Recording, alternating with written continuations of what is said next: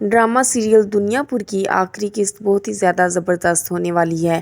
آخری قسط میں ہونے والی جنگ میں سب کچھ ہی بدل جائے گا اور دنیا پور کی اس لڑائی میں جو لوگ بچ جائیں گے ان کی پھر باقی زندگی میں پچھتاوے کے سوا کچھ نہیں بچے گا اور پھر وہ اپنی غلطیوں کا کفارہ ہی ادا کرتے رہیں گے۔ اس دشمنی کی جنگ میں صرف آنا اور نواب دل اویز ہی بچیں گے۔ جیسے ہی شامیر اور آنا کی شادی کی تیاریاں زور و شور پر ہوں گی تو شامیر ایک بار پھر آنا کو سمجھانے کی کوشش کرے گا۔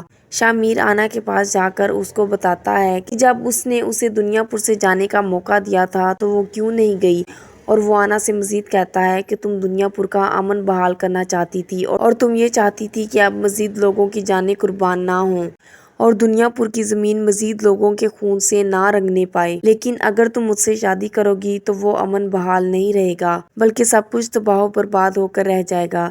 تو آنا تو بہت تحمل سے جواب دیتی ہے اور کہتی ہے کہ میں مستقبل کے بارے میں نہیں جانتی کہ آگے کیا ہونے والا ہے اور میں اس پر سوچنا بھی نہیں چاہتی۔ شامیر جو بھی ہونا ہے وہ ہو کر ہی رہے گا، اس لیے بہتر یہی ہے کہ تم مجھ سے شادی کرو اور جو بھی ہوگا اسے مقدر کا لکھا قبول کر لو۔ جیسے ہی شامیر اور آنا کی شادی کی تقریب ہو جائے گی تو آنا شامیر کے ساتھ اس کے گھر آ جائے گی۔ وہاں پہنچ کر شامیر فوراً صاحب کے پاس جائے گا اور اسے اطلاع دے گا کہ آدم آنا کو یہاں سے لے جا چکے ہیں اور پولیس نے ان کے کئی بندوں کا خاتمہ بھی کر دیا ہے، لیکن ساتھ ہی انہوں نے ہمارے بندوں پر بھی حملہ کر دیا ہے۔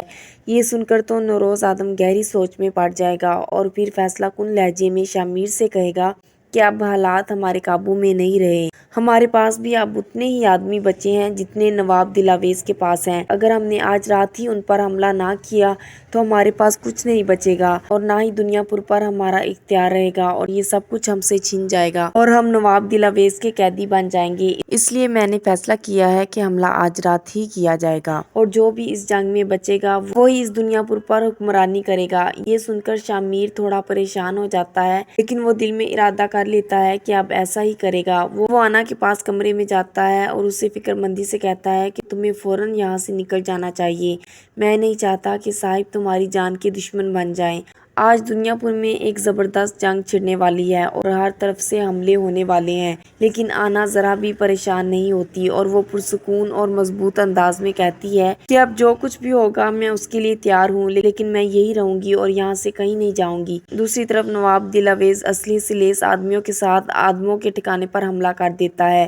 جیسے ہی جنگ شروع ہوتی ہے وہ سب سے پہلے آدم کے خاص بندے کو گولی مار کر وہیں ڈھیر کر دیتا ہے اور پھر آگے بڑھ جاتا ہے۔ ہر طرف گولیوں کی بوچھاڑ ہوتی ہے اور ان گولیوں کی زد میں مدیحہ بھی آ جاتی ہے اور وہ مر جاتی ہے۔ پھر شامیر کی ماں کو بھی گولی لگ جاتی ہے۔ جیسے ہی گولی شامیر کی ماں کو لگتی ہے تو شامیر اپنی آنکھوں سے یہ سب منظر دیکھ لیتا ہے اور وہ تو غصے سے آگ بگولا ہو جاتا ہے اور نواب پر ٹوٹ پڑتا ہے۔ جب آنا کو پتہ چلتا ہے کہ جنگ شروع ہو چکی ہے تو وہ بھی اپنی بندوق نکال لیتی ہے اور گولیوں سے لوڈ کرنے لگتی ہے، لیکن جیسے ہی وہ باہر حملے کے لیے جانے لگتی ہے تو اسی دوران نمرا کمرے میں آ جاتی ہے اور وہ حیران ہو کر پوچھتی ہے کہ تم کہاں جا رہی ہو؟ تو آنا پرسکون لہجے میں جواب دیتی ہے کہ میں تمہارے باپ کو مارنے جا رہی ہوں۔ یہ سن کر نمرا حیران تو ہوتی ہے اور پوچھتی ہے کہ تم کیوں میرے باپ کو مارنا چاہتی ہو؟ کیا یہ سب میرے اور تمہارے باپ کی دشمنی کا نتیجہ ہے؟ آنا اب گہری سانس لے کر کہتی ہے کہ نمرا کچھ فیصلے صرف عزت، محبت یا دشمنی کی بنا پر ہی نہیں کیے جاتے، بعض دفعہ ایسی وجوہات بھی ہوتی ہیں جنہیں الفاظ میں بیان کرنا بہت مشکل ہوتا ہے،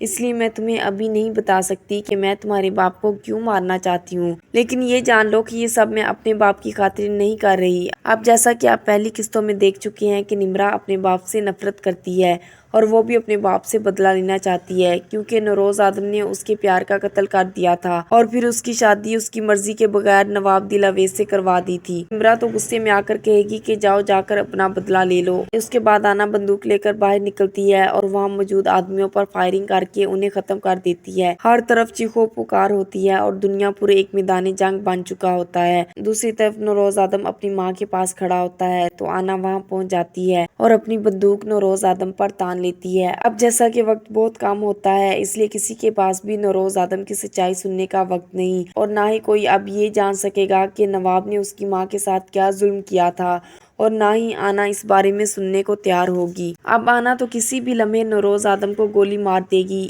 اور نوروز آدم وہی ڈھیر ہو جائے گا۔ دوسری طرف نواب دلاویز وہاں پہنچ کر نوروز آدم کی ماں کو گولی مار دیتا ہے اور اب اس کا اگلا نشانہ شامیر ہوتا ہے اور وہ شامیر کو بھی گولی مار دیتا ہے۔ جب دنیا پور کی جنگ اختتام کو ہوتی ہے تو میر حسن وہاں پہنچ جاتا ہے اور آنا کو ساری حقیقت سے آگاہ کر دیتا ہے اور وہ اسے کہتا ہے کہ تمہیں اندازہ بھی ہے کہ تم اس کھیل کا حصہ کیسے بنی؟ تمہارا باپ ہی وہ شخص تھا جس نے سب سے زیادہ گھٹیا چالیں چلیں، اس نے شامیر کو مارا اور تمہاری ماں کو بھی قتل کرنے کے پیچھے بھی وہی تھا اور اس نے ہمیشہ تمہیں دھوکے میں رکھا۔ یہ انکشاف تو آنا کو اندر تک ہلا کر رکھ دیتا ہے، لیکن اب بہت دیر ہو چکی ہوتی ہے، سب کچھ برباد ہو چکا ہوتا ہے۔ آخر میں دنیا پور کی اس جنگ میں صرف آنا اور نواب ہی بچتے ہیں، مگر اس جیت میں کوئی خوشی نہیں ہوتی۔ آنا کو جب معلوم ہوتا ہے کہ وہ بیوہ ہو چکی ہے تو وہ گہرے غم میں ڈوب جاتی ہے اور وہ کالا لباس زیب تن کر لیتی ہے اور بس اپنے کمرے تک ہی محدود ہو کر رہ جاتی ہے اور باہر کی دنیا سے کنارہ کشی کر لیتی ہے۔ ادھر تو نواب کو بھی اب اپنی غلطیوں کا احساس ہونے لگتا ہے۔ جب وہ آنا کو اس حال میں دیکھتا ہے، زندہ مگر اندر سے مردہ، تو اب اسے اپنی اولاد کے دکھ کا صحیح معنوں میں اندازہ ہوتا ہے۔ اسے اب سمجھ میں آتا ہے کہ شامیر کو مار کر اس نے کتنی بڑی غلطی کی ہے اور اب وہ ایسی اذیت میں مبتلا ہو جاتا ہے جس کا کوئی علاج نہیں۔ دنیا پور کی اس جنگ میں بچنے کے بعد آنا اور نواب کے پاس ذلت اور رسوائی کے سوا کچھ نہیں بچتا